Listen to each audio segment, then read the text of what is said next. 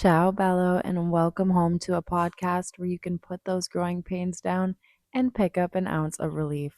My name is Kimbrea. I am your host, cultivation manager, nursery grower, and anything you need in the garden. Last week we talked propagation and I glazed over my cloning practices with you. However, we never did discuss the issues that arise during this period. This week, we're going to continue with 12 problems that I have encountered and how I fix them. Hopefully, this episode will put your mind at ease. Welcome to Lettuce Wraps.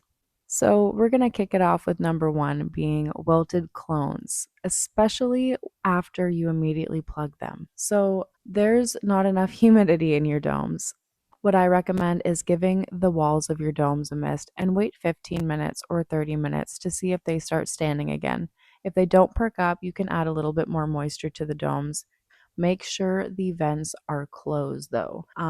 This is something that I did as a rookie when I would put the dome on the top after I've just plugged my trays and I forgot to close the domes and rest assured there was not enough humidity. So, if you want to get technical, you can purchase those tiny humidity readers and just pop those in the trays because when you don't know where your humidity is at, how can you possibly go about controlling it?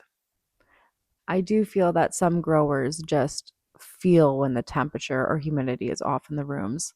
And this is a nice goal to reach, over the years of your career. But if you're running into issues with the temp and humidity, readers are an absolute gem when it comes to collecting data. Once you get comfortable with the data, you get more experience, you'll be able to feel this out yourself. And entering into number two, the leaves of your clones are curling upward.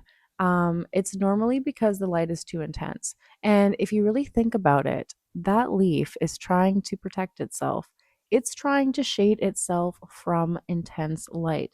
So you have two options here. You can either raise the lights or dim them. A side note, this is one of the examples I use when training staff because this is the language that your plants are speaking. Leading into number three, your clones are dampening off. I know I've said this in my other episode, but this means your stems are rotting. They did the opposite of what they were supposed to do because there was too much moisture. They didn't have enough oxygen to harden off, and the result of that was a clone that essentially drowned. I've encountered this on multiple occasions. Usually it will be within a few on a tray will fall over randomly one day by the fourth or sixth day, I want to say. And that is because those cubes were oversaturated. And so this is exactly why I make my mix early in the morning so that it has hours to saturate and dry out to the moisture levels that I'm looking for. That being said, there are other reasons behind the mysterious collapse of your clones. This could be a result of the cutting itself not being viable from the start. This could be due to soft tissue or just a cut that wasn't fully matured. This could also be from scraping too hard when you're trying to stimulate root growth. As we know, we can gently scrape the bottom of our cutting, and that ultimately will break the outer cuticle of the stem and promote those roots to sprout out in those areas faster. But yeah, this could also be because of the plugging method itself. If the stem is not inserted far enough in the media, it will most likely fall over. It needs the support of the media around it. It's kind of like a hug after something traumatic happens, because it did. Remember, that clone is trying to survive without roots for the time being, and it is going to need a comfortable environment to thrive in. So, number four, number four, my goodness, yellow foliage.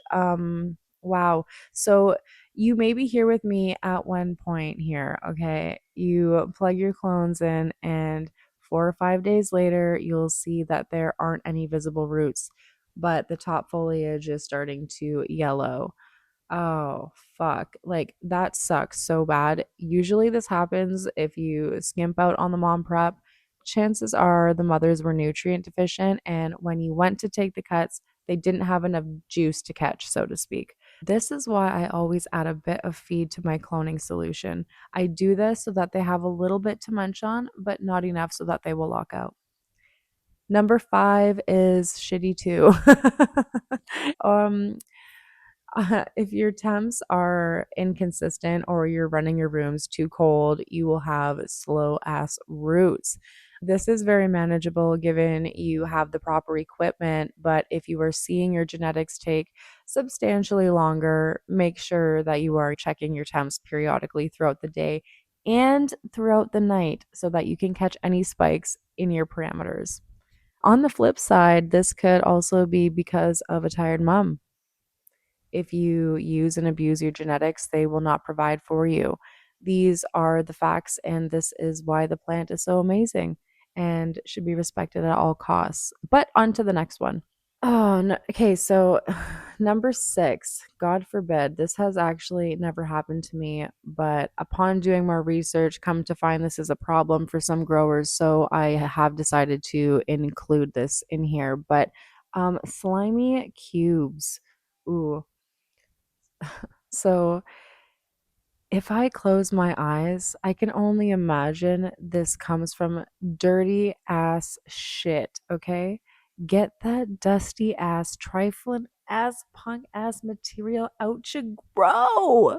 I know inflation is insane and bleach is expensive, but slimy plugs, knock it the fuck off. This, oh god, this.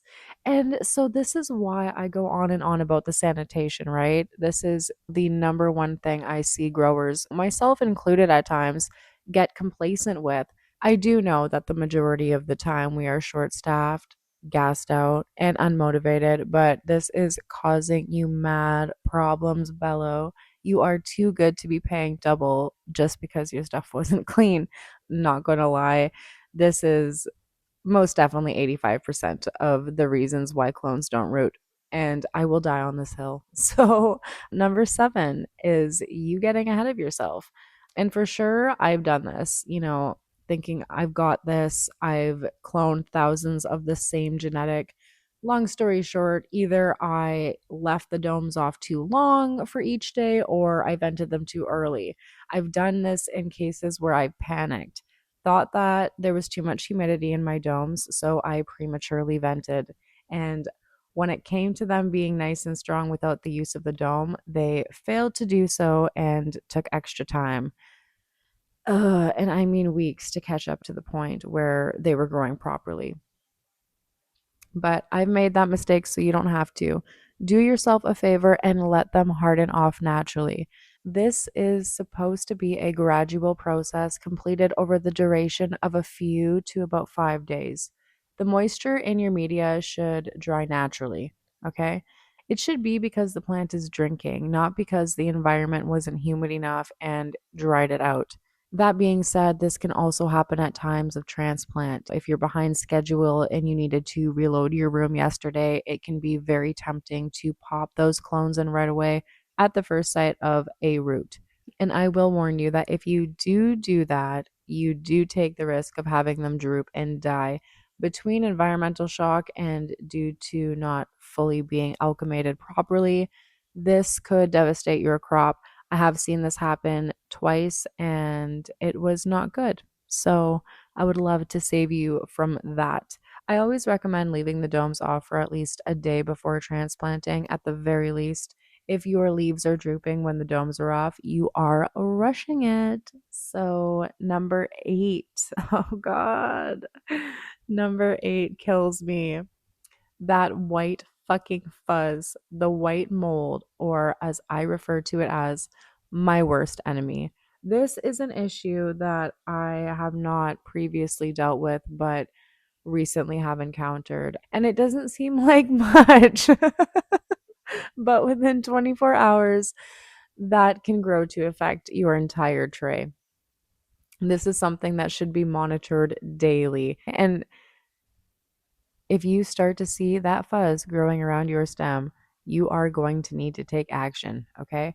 I personally like to tackle this with a hydrogen peroxide solution, an H2O2. I tend to use on the higher range of what is recommended in terms of the manufacturer's guidelines, but I mean, it works. So I do use it and I see success with that. Again, I'm not talking about the root fuzz or those cute little hairs that pop out. I'm talking about the mold that eats your clones from the bottom of the stem, and it is the worst thing ever. That is what I'm talking about. Though this can happen from unsterile environments, I've also had this happen due to lack of airflow as well. Stagnant air really is the silent killer. Oh, actually, and another thing, if you put too much rooting hormone on your clones, they could mold. I've done this and I've came across an instance where they had molded those soft tissue stalks that I was talking about in the previous episode. If you put too much rooting hormone on those cuttings, they could potentially dampen off and mold. So, something very small but very important to be mindful of. This is something that I wasn't mindful of up until recently in the past 2 years. So, I mean, it's just something to think about. Rolling into number 9, you've had root success, but the tops aren't growing. Oh, fuck, this sucks too. I, I put the script together for this episode, but as I'm reading these, I'm just thinking back to, oh man, these actually do really suck. So, number 9, you've had root success, but the tops aren't growing. All the fingers you cut are still the same size. New growth is nowhere to be seen. This is your plant telling you that it needs nitrogen. This is your cue to add a little light veg feed to the mix. And if you're already feeding, this is your plant telling you, of course, that it needs more food. You'll know when your plant is full because you'll see a bit of the burn on the leaf tips. And in my experience, just water is great to start when resaturating your trays for the first time after they dry out. And then a veg feed to follow is usually a chef's kiss. So that is my recommendation with that one. Number 10 is dealing with purple stems. So, this could be a couple of things really. Plants, well, they do this as a sign of stress or lockout. So, running cold temps, having an imbalanced EC will surely be grounds for purple stems. This can be avoided in the new growth by making sure the root temp is correct. You can also do this by adjusting the water in your feed so that the next feed your roots can breathe a sigh of relief. If your root zone is cold and your temps are, say, for example, 60 or less, 55 degrees Fahrenheit, they're not going to operate well. You're basically freezing your root zone. So if you add water at the right temperature in which they can thrive in, they will begin to de-thaw. Because I know I don't operate well when I'm freezing. If you are encountering purple stems, I would highly recommend performing a runoff test at this point. And this is just simply to check up on things in the soil, make sure the EC and the pH is all within, reasonable parameters. Number 11 is also the root of all evil, and this would be microclimates. And I'm not talking about the hot spots in your room. I am talking about the hot spots in your trays, or cold spots, or humid spots. They are smaller spots, but equally as inconsistent. This can happen if your trays aren't evenly placed under the lights, if there is a fan nearby blowing on only one side of the tray while the other side of the tray is not getting any airflow. You'll also start to notice inconsistencies in rooting times per clone, even though they were cut and plugged on the same day. The action you'll need to take here requires some rotation, all in the hips. And baby, those hips do not lie. So, rotating your clones daily until everyone's on the same page will just ensure more consistency when it comes to the canopy and performance once they get into their flowering rooms. If that is, in fact, where they are going, of course. And the last mistake has to do with stretching. Though, as a farmer, I'd highly recommend it when it comes to your plants. Not so much. Stretching is a grower's nightmare for a million reasons, and it is the result of not enough light. If your clones are stretching, this is an easy fix. You can elevate them so they are closer to the light if you have that option, or if you have the option to turn up the intensity on the lights, this would be a good time to do that. It may not seem like much now, but if your plant stretch too much, this is going to affect your production and yield later on.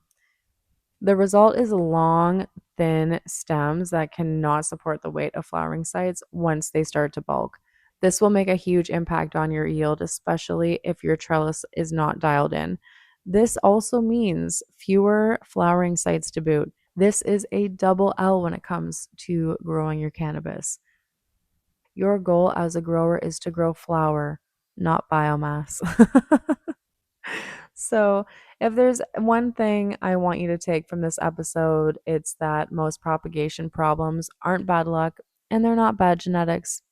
They're system issues.